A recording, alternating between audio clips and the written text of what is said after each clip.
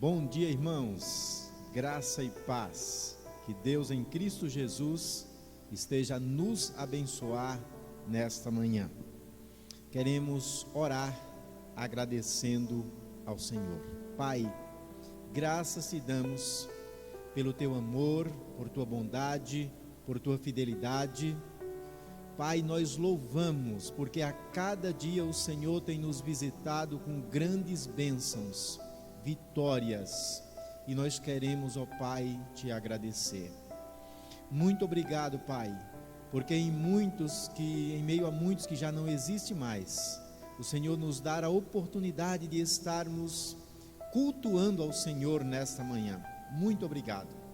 Ó Deus, nós pedimos que o teu Espírito esteja a nos conduzir não somente durante este culto, mas durante este dia.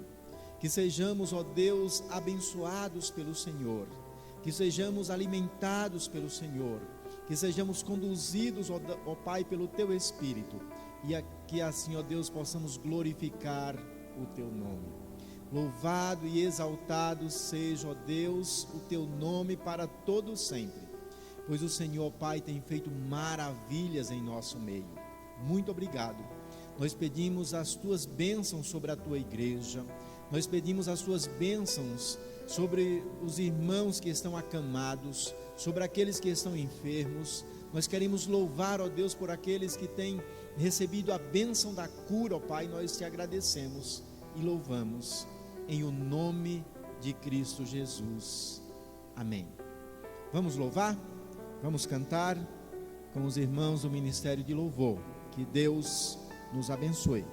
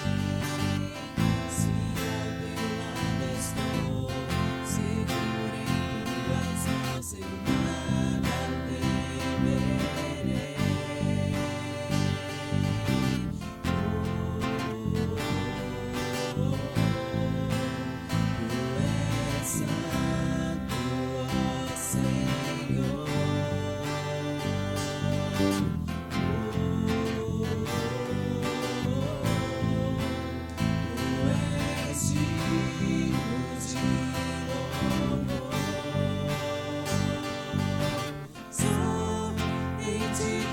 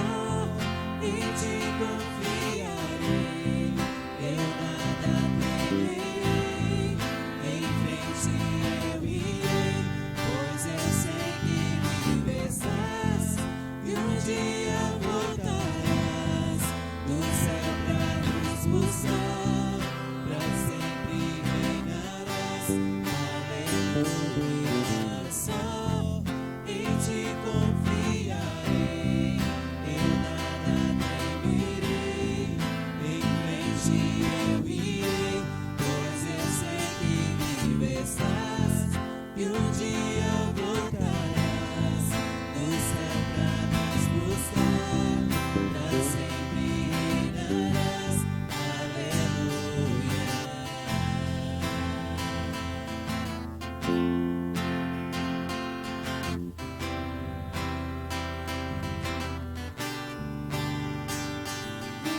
Jesus, em Jesus, Maranata, vem Senhor Jesus, em Jesus, em Jesus, Maranata, vem Senhor Jesus, em Jesus, em Jesus.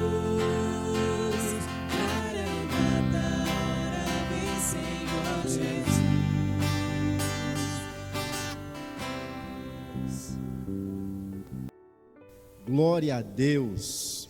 Quero nesta manhã, antes de ler o texto, eu quero trazer uma palavra de gratidão a Deus e também à igreja. Quando já informamos a respeito da cura de minha esposa, eu quero trazer aqui uma palavra de gratidão a Deus e também à igreja. Essa luta não foi apenas dela, não foi apenas nossa como casal, como família, mas foi uma luta da igreja e também uma grande vitória que Deus nos dá como igreja do Senhor Jesus. Quero agradecer, quero louvar a Deus por tua vida. Eu creio que foram muitas orações e elas foram atendidas e nós louvamos ao Senhor. Muito obrigado. Que Deus em Cristo Jesus nos abençoe e que possamos continuar desfrutando de grandes vitórias para a honra e glória do nome do Senhor. Louvado e exaltado seja o nome do Senhor. Nessa manhã eu quero convidar você para estarmos lendo a palavra do Senhor no Salmo 50, a partir do versículo 7 até o versículo 14, onde estaremos refletindo nesta palavra. Salmo 50, de 7 a 14, diz assim: Ouça, meu povo, pois eu falarei. Vou testemunhar contra você, Israel. Eu que sou Deus, o seu Deus. Não o acuso pelos seus sacrifícios, nem pelos holocaustos que você sempre me oferece. Não tenho necessidade de nenhum novilho dos seus estábulos, nem dos bodes dos seus currais, pois todos os animais da floresta são meus, como são as cabeças de gado aos milhares nas colinas. Conheço todas as aves dos montes e cuido das criaturas do campo.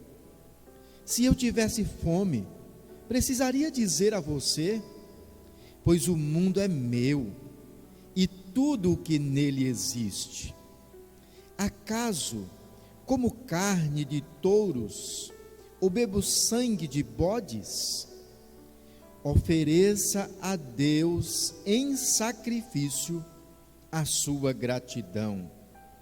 Cumpra os seus votos para com o Altíssimo e clame a mim no dia da angústia, e eu o livrarei, e você me honrará.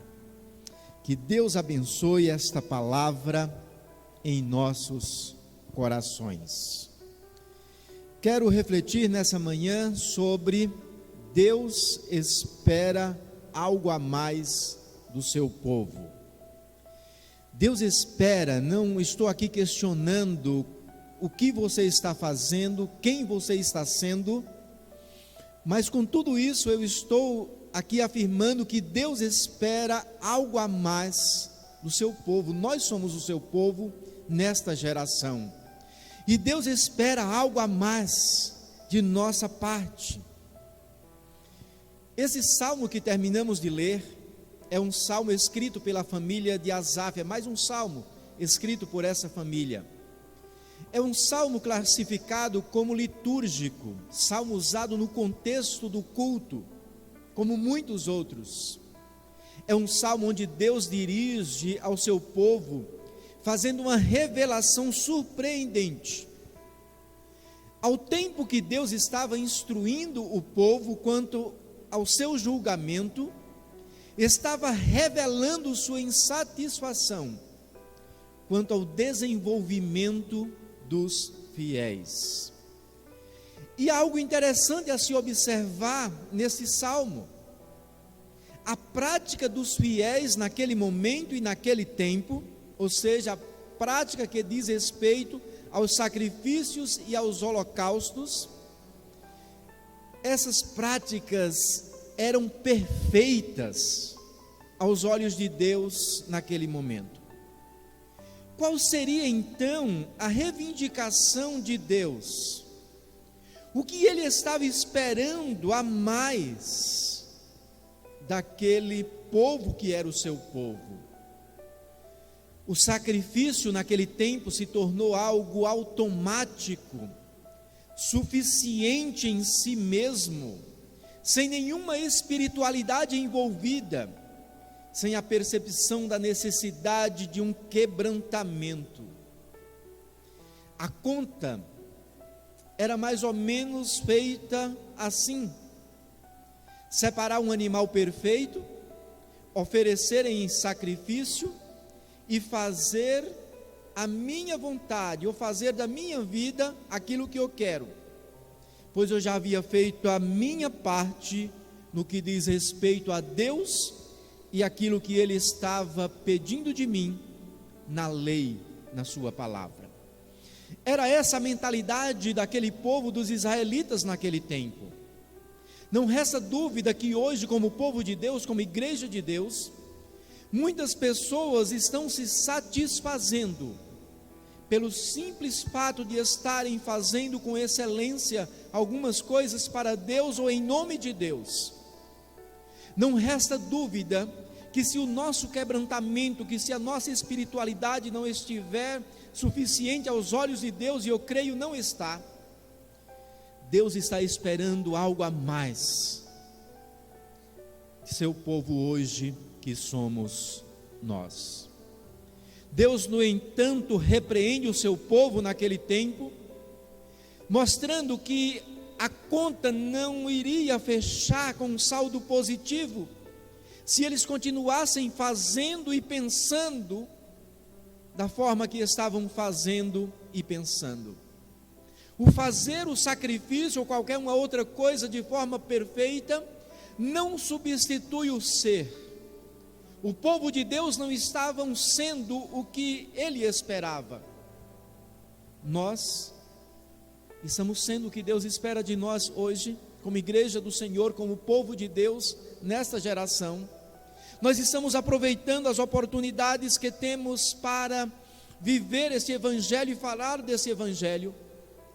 Este salmo mostra que o Senhor examinará o seu povo com base em princípios espirituais verdadeiros, e não meramente com base em um espetáculo religioso.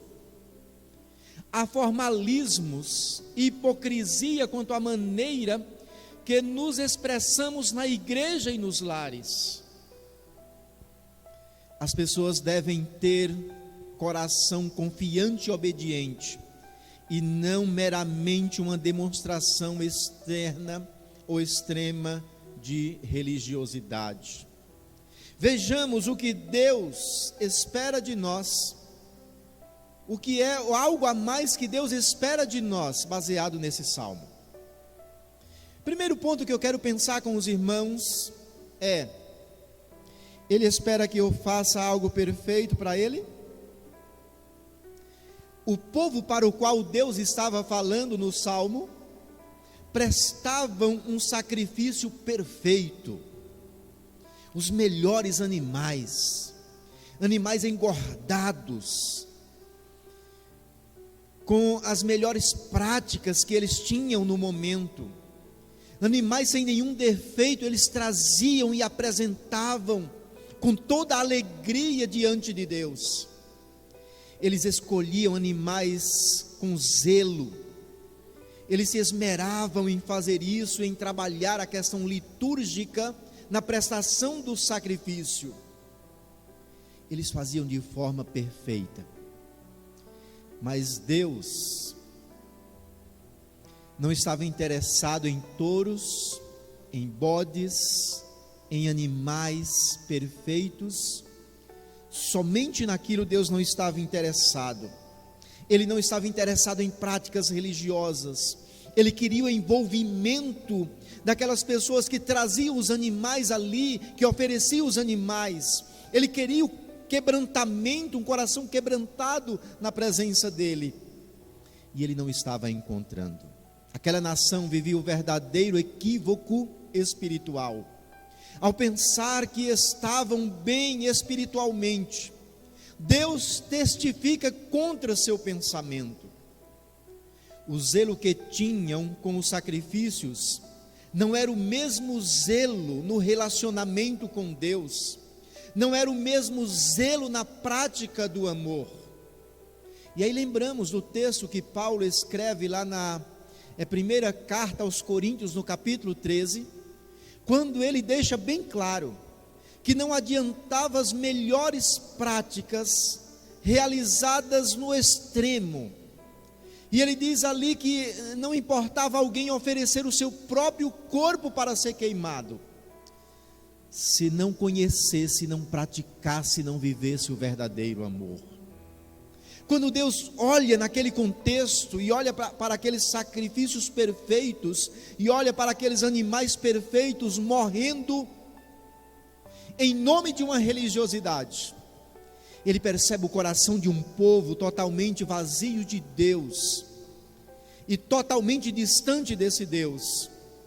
E ele se levanta com uma palavra de repreensão ou de recondução àquele povo, para trazê-los de volta para o Senhor.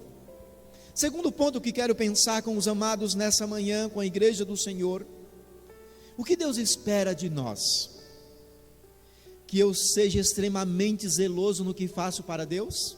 É isso que Ele espera de nós? Os israelitas eram zelosos por demais nos sacrifícios. Os fariseus eram gigantes quanto ao Antigo Testamento, como outros jamais foram, mas eram pigmeus no que dizia respeito à essência da espiritualidade ensinada pela Bíblia. Ou seja, eram pequenos. O que Deus espera de nós? Em Mateus, no capítulo 23, versículo 23, a palavra de Deus diz assim: ai de vós, escribas e fariseus hipócritas, porque dais o dízimo da hortelã, do endro e do comínio, e tens negligenciado os preceitos mais importantes da lei, a justiça, a misericórdia e a fé. Deveis, porém, fazer estas coisas sem omitir aquelas. Em Oséias, no capítulo 6, versículo 6, a palavra diz assim: misericórdia quero e não sacrifícios, e o conhecimento de Deus mais que holocaustos. O que Deus espera a mais de nós? Que eu tenha algo material para lhe oferecer? Deus não estava e não está interessado em atitudes meramente exteriores.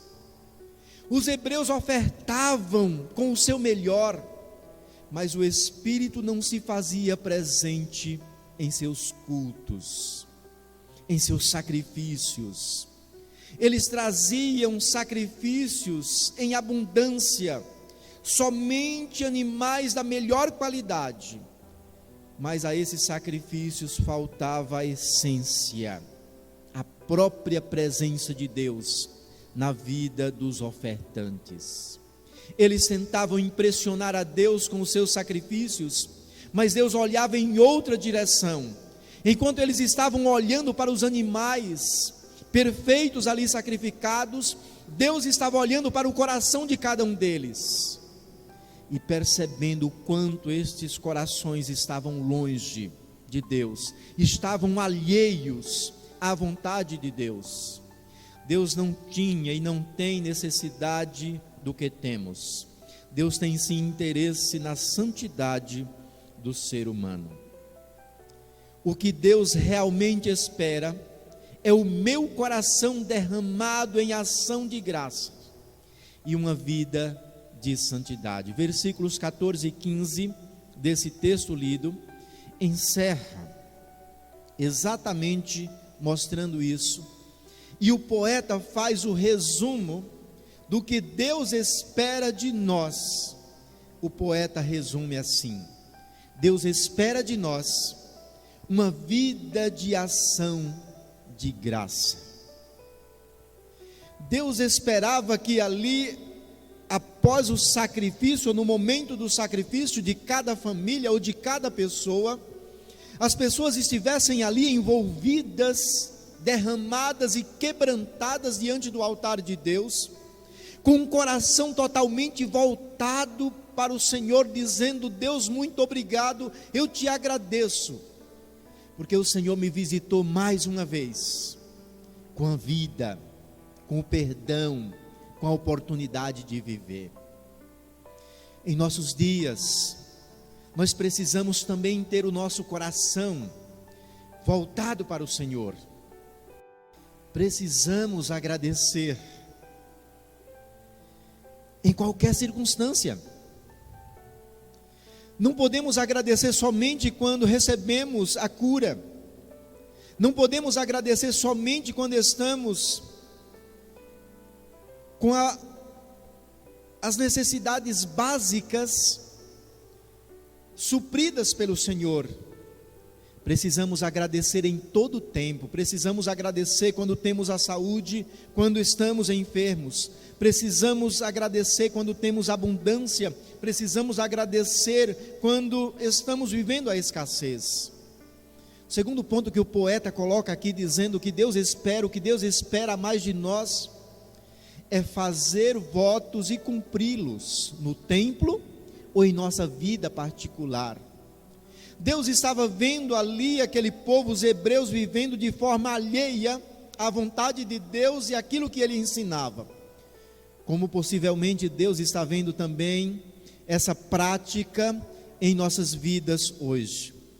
Falamos, não cumprimos, prometemos, não fazemos, falamos, deixamos de cumprir no contexto da igreja ou fora dela.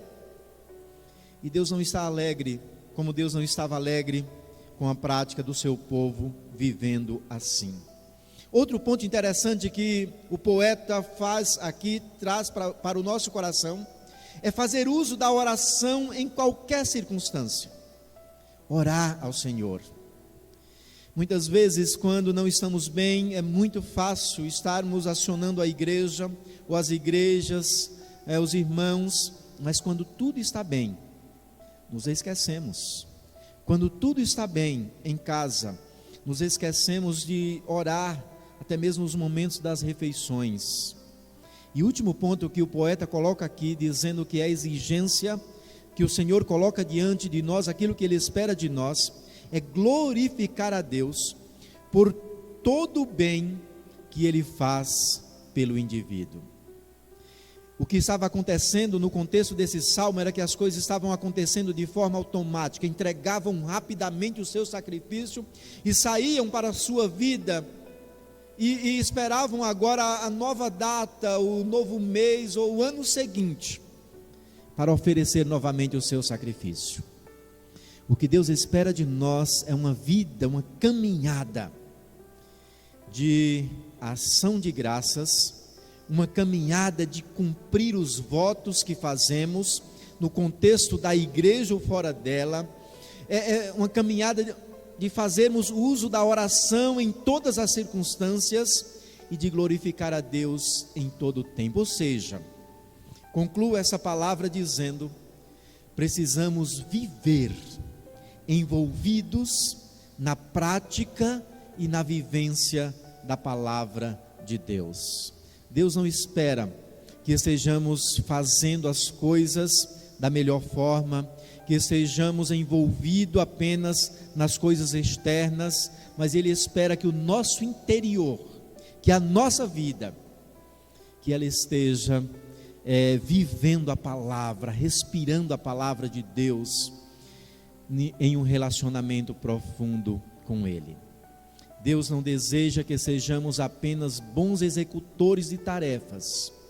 Ele espera que sejamos verdadeiros adoradores. Ele espera que de fato nos relacionemos com Ele. Que como igreja do Senhor possamos nos relacionar com esse Deus, que estejamos vivendo para a glória do Senhor. Deus espera algo a mais de nossa parte. Que Ele nos abençoe, que Ele nos ajude na caminhada. Quero convidar a irmã Tânia para estar orando nesse momento. Vamos orar. Graças por todas as bênçãos recebidas de Ti, Senhor. Te agradecemos pelas infinitas misericórdias que Tu tens derramado sobre nós, Senhor. Agradecemos pela vida de todas as pessoas que puderam ouvir a Tua mensagem nessa manhã, Senhor. Que o Senhor esteja derramando Suas ricas bênçãos sobre cada uma, Pai. Ajuda-nos em tudo, Senhor, livra-nos de todo mal, que sejamos gratos a cada dia, Senhor, pela Tua palavra e que possamos colocá-la em prática a cada dia. Mais uma vez te agradecemos por tudo, em nome de Jesus. Amém. Amém. Quero nessa manhã finalizar trazendo uma palavra de gratidão a Deus pelos irmãos que nos ajudaram nas gravações, transmissões, no desenvolvimento dos cultos durante esse tempo. Com a graça de Deus, esse será o nosso último domingo de transmissões. A partir de quarta-feira, dia 29, se Deus permitir, estaremos cultuando aqui no templo. Claro que temos muitos critérios. De antemão eu quero aqui avisar para os irmãos que um dos critérios, o primeiro que eu quero destacar aqui, é que não será autorizado ainda, nesse primeiro momento, a participação de irmãos que tenham acima de 60 anos. Então é uma orientação, eles pedem que esses irmãos estejam, por enquanto, tendo um pouquinho mais de paciência e aguentando ficar em casa um pouquinho mais. Esses irmãos não deverão estar nessas celebrações, nas próximas celebrações. Como também crianças abaixo de 12 anos. Eles têm aí os motivos, os porquês, as suas justificativas, e nós queremos apenas pedir que esses dois grupos, por enquanto, fiquem em casa. Estaremos aí, na medida do possível, gravando pelo menos parte das mensagens, para estarmos também compartilhando com os irmãos, tá bom? Que Deus em Cristo Jesus nos abençoe. À noite estaremos reforçando este aviso, para que possamos assim cumprir aí as exigências que estão colocando para as igrejas. Que Deus te abençoe nessa manhã, te dando um dia abençoado e dirigindo a nossa vida na caminhada. Que Deus nos abençoe.